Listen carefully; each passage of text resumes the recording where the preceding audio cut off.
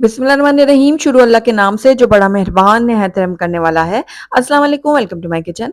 आज मेरे किचन में अरबी गोश्त की निहायत आसान, बहुत ही लजीज और बहुत ही टेस्टी सी रेसिपी बन रही है, जिसे आप गरम गरम रोटियों के साथ, पराठों के साथ सर्व कर सकते हैं। तो जरूर ट्राई कीजिएगा मेरी इस रेसिपी को। तो चलिए फटाफट से इस मजेदार और बहुत ही लजीज से अरबी गोश्त के सालन को बनाना शुरू करते हैं। तो बिस्मिल्लाहिर्रहमानिर्रहीम। अरबी गोश्त बनाने के लिए सबसे पहले मैंने यहाँ पर एक मिट्टी की हांडी ले ली है। इसके अंदर मैंने हाफ के जी डाल दिया मटन। मटन ऐड करने के बाद इसमें 2 दरमियाने साइज़ के प्याज़ लिए थे, वो मैंने काट कर ऐड किए हैं। इसके अलावा एक बड़े साइज़ का टमाटर था, उसको भी काट कर ऐड कर दिया इसके अंदर। अब इसके अंदर अदरक का पेस्ट जाएगा 1 चाय का चम्मच, और लहसुन का पेस्ट मैंने ऐड किया है तकरीबन आधा खाने का चम्मच। नमक आप अपने टेस्ट के अकॉर्डिंग डालिएगा। हल्दी पाउडर मैंने हाफ टी स्पून लिया है, और इसमें मैंने धनिया पाउडर लिया है 1 खाने का चम्मच।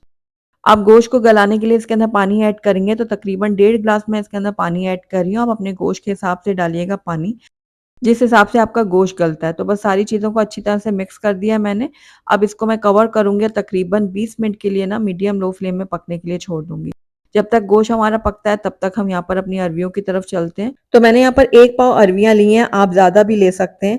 तो यहाँ पर देखिए अरवियों को हमने पहले ऊपर और नीचे से इस तरह से थोड़ा-थोड़ा कट कर लेना है। उसके बाद इस तरह खुरचते हुए हम इसको उतारेंगे। बहुत ही आसानी से इसका छिलका उतर जाएगा। तो आपने इसके मोटा छिलका नहीं उतारना, बस हल्का-हल्का खुरचेंगे ना, तो ये देखिए बहुत ही आसानी से इसका छिलका उतर जाएगा। आजकल मार्केट में बहुत ही ताज़ी फ्रेश अरबियाँ आई हुई हैं, तो इस रेसिपी को आपने ज़रूर ट्राई करना है। तो इस तरह से मैंने देखिए बाकी भी सारी अरबियों को छील लिया है। अब ये देखिए अगर इसमें जो बड़े साइज़ की अरबियाँ हैं ना, उनको आप दरमियान से कट कर लें। ये देखिए, इस तरह से। अब जो छोटे साइज़ की अरबियाँ हैं ना, उनको आपने पूरा कट नहीं करना, बस हल्का-सा ऊपर से कट लगाना है। तो इसी तरह से बड़े साइज़ की जो अरबी है इनको आप पूरा कट कर लीजिए, और जो छोटे साइज़ की है इनको हाफ कट कर लें। तो सारी अरबियों को मैंने देखिए कट कर ली है। अब इसकी जो है ना हमने मैरिनेशन करनी है। तो मैरिनेशन के लिए सबसे पहले मैं इसके अंदर ऐड करूँगी 1/4 टीस्पून हल्दी पाउडर, हाफ टी स्पून इसके अंदर मैं नमक ऐड करूँगी। इसके अलावा इसके अंदर जाएगा काली मिर्चों का पाउडर, तो ये मैंने यहाँ पर आधा चाय का चम्मच लिया है। तो मसाला हमने इसलिए इसमें थोड़ा-सा लगाया ताकि अरबियाँ भी हमारी फीकी ना रहें। तो ये देखिए सारी चीज़ों को हम अच्छी तरह से अरबियों के ऊपर लगा देंगे। उसके बाद हम इसको कवर कर लेंगे और आधे घंटे के लिए ना मैरिनेट होने के लिए छोड़ देंगे। तो जब तक हमारी अरबियाँ मैरिनेट होती है तब तक हम अपने गोश्त की तरफ नज़र मार लेते हैं।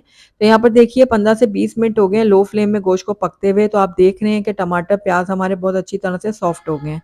अच्छा, ये जो हम मिट्टी की हांडी इस्तेमाल करते हैं ना, तो इसमें प्याज़, टमाटर, गोश्त बहुत आसानी से और जल्दी गल जाते हैं। अब इसके अंदर हम लाल मिर्चों का पाउडर ऐड करेंगे।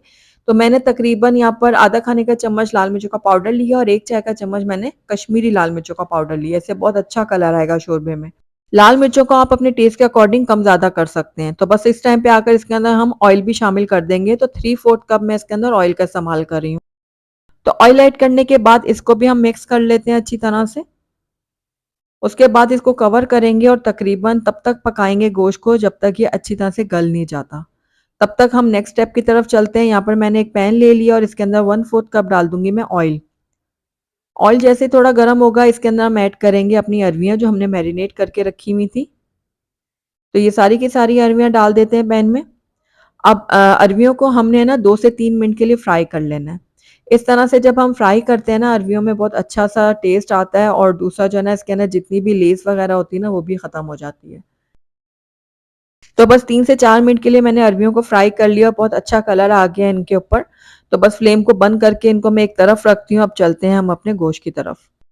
तो यहाँ पर देखिए गोश्त हमारा बहुत अच्छी तरह से पक चुका है, और इसका ऑयल सेपरेट हो गया है, पानी ड्राई हो गया है, और यहाँ पर देखिए मसाला बहुत अच्छे से रेडी हुआ है। दरमियान में मैंने 2 से 3 बार इसमें ना चम्मच भी चलाया था। तो ये देखिए अब गोश्त को भी हम चेक कर लेते हैं। तो ये देखिए गोश्त भी हमारा बहुत अच्छी तरह से गल चुका है। तो बस इस टाइम पे आकर 1 से 1.5 मिनट के लिए मैं गोश्त की भी भुनाई कर लेती हूँ अच्छी तरह से। तो गोश्त की भुनाई करने के बाद इसके अंदर हम ऐड कर देंगे अपनी अरवियाँ। तो अरवियाँ जो हमने फ्राई करके रखी थी वो भी सारी की सारी इसके अंदर ऐड कर देते हैं। अच्छा, अरवियाँ जिस ऑयल में आपने फ्राई की थी ना, वो ऑयल भी आप इसी में डाल दीजिएगा ताकि सारे फ्लेवर जो है ना अरवियों के वो भी इसमें आ जाए अच्छी तरह से। अब अरवियाँ ऐड करने के बाद 2 से 3 मिनट के लिए हम इसको भून लेंगे गोश्त के साथ। तो साथ ही मैंने साबित हरी मिर्चें भी इसमें शामिल कर दी हैं, इससे टेस्ट भी अच्छा आएगा शोरबे में और खुशबू भी बहुत अच्छी आएगी। तो बस देखिए 2 से 3 मिनट के लिए मैंने अरवियों को बहुत अच्छी तरह से भून लिया है। अब इसके अंदर हम पानी ऐड करेंगे। तो जिस हिसाब से आपने शोरबा रखना है ना, अगर आपको गाढ़ा शोरबा पसंद है तो कम पानी ऐड कीजिएगा, अगर आपको पतला रखना है तो आप ज़्यादा ऐड कर लीजिएगा। तो मैं तकरीबन डेढ़ से 2 ग्लास इसके अंदर पानी ऐड करूँगी, उसके बाद इसको मैं अच्छी तरह से मिक्स करूँगी और साथ ही नमक भी चख लूँगी। अगर नमक कम लगेगा तो मैं और ऐड करूँगी। तो नमक बिल्कुल परफेक्ट है। तो बस इसको कवर करके तब तक पकाऊँगी जब तक अरवियाँ हमारी गल नहीं जाती और शोरबा थोड़ा गाढ़ा नहीं हो जाता। तो तकरीबन 7 से 8 मिनट हो गए अरवियों को पकते हुए। तो ये देखिए अरवियाँ जो हमारी बहुत अच्छे से पक गई हैं और शोरबा भी बिल्कुल रेडी हो गया है। अगर आपको इससे ज़्यादा गाढ़ा शोरबा पसंद है तो आप ज़्यादा देर पका लें। तो ये देखिए अरवियाँ कितनी अच्छे से गल चुकी हैं।